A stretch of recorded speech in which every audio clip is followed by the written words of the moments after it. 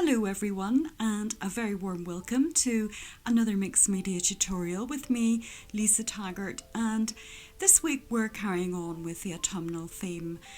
This time we're going to a forest and we have the lovely fox, and I'm very much inspired by where I live, where there's lots of forests and dry stone walls in the Mourne area of Northern Ireland, calling this one Vantage Point.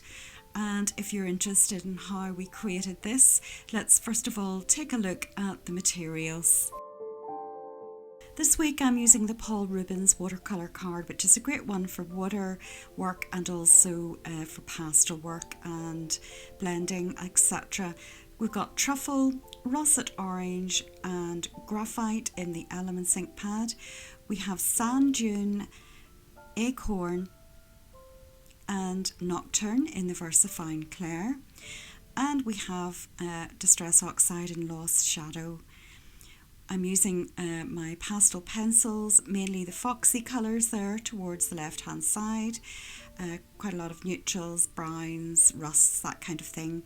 I've got a couple of Zig cleancolour markers. I'll put the numbers of those down below in the description box. Also got black fine liner, sparkle gold and white gel pen, a water brush, and the other brushes are the very small stencil brush along with my makeup brushes in a variety of sizes and shapes. Next then is the stencils and the stamps, and we're starting off with Gideon, who's lovely, and we've got the red tree pine large, we've got the fir tree, the large fir tree, we've got the creeping vine, we've got the twisted vine set, the fern leaf, small branch and crackles stencil. So lots to be playing with this week, and if you want to convert all of those into something that looks a little bit like this, just keep on watching. Now to begin, we've got 6.5 by 9.5 inches, and I'm going to do the sky using the ink from the Elements pads. I've got Bermuda out as well, but I don't actually use that in the end. I only use the graphite and the truffle colour. Now the tip I would give you when doing this is you're using the water brush to add quite a lot of water to the paper and to blend the ink out, and you really need a light touch with the ink, especially when you're using brown, because what you're doing is you're blending it in right down to its base tone, which is really a pinky peachy colour.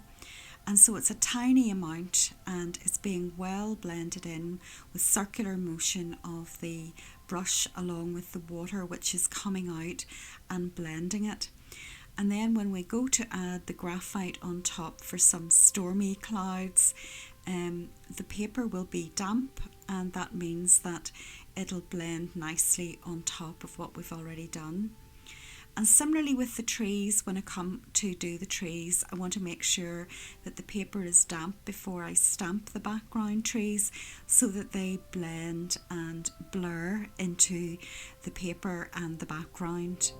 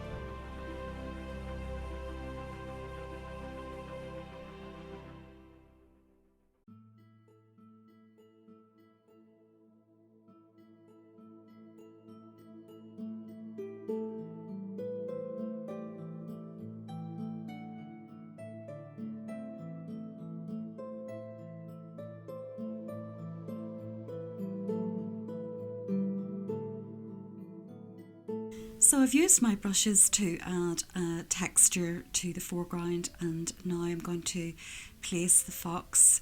And just one thing to note, that I'm trying to keep the centre of the artwork reasonably light, and particularly around the fox and underneath him as well.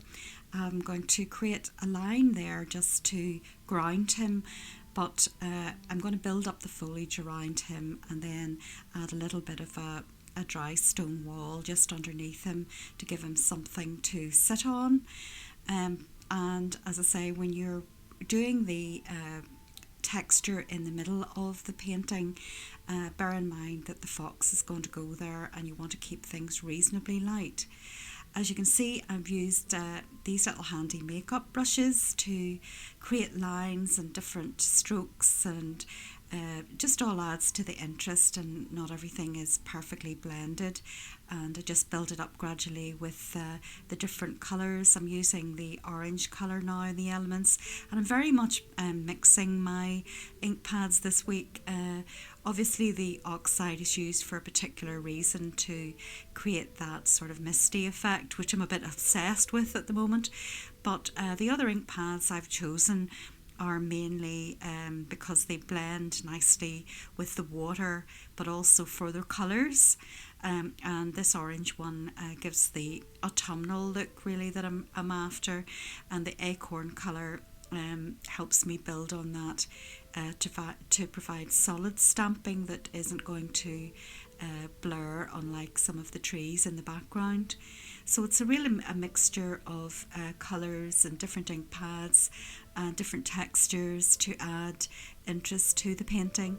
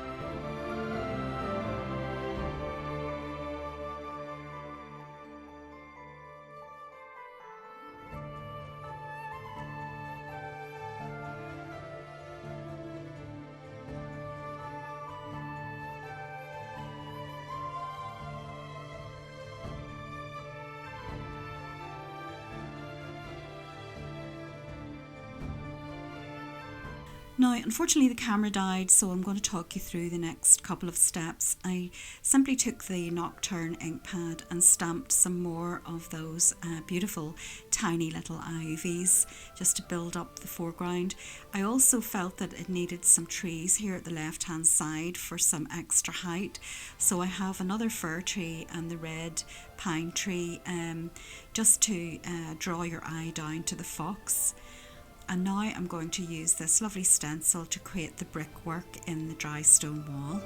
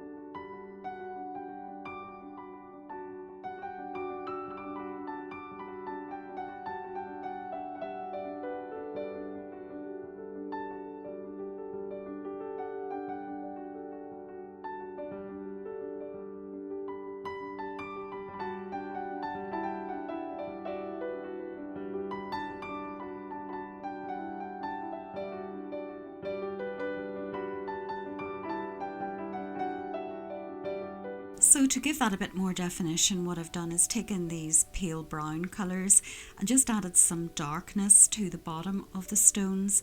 Also taken this pale cream and put that around the fox just to highlight him before I now take the other foxy colours in the pastel pencils and attempt to make him more 3D and colour him in.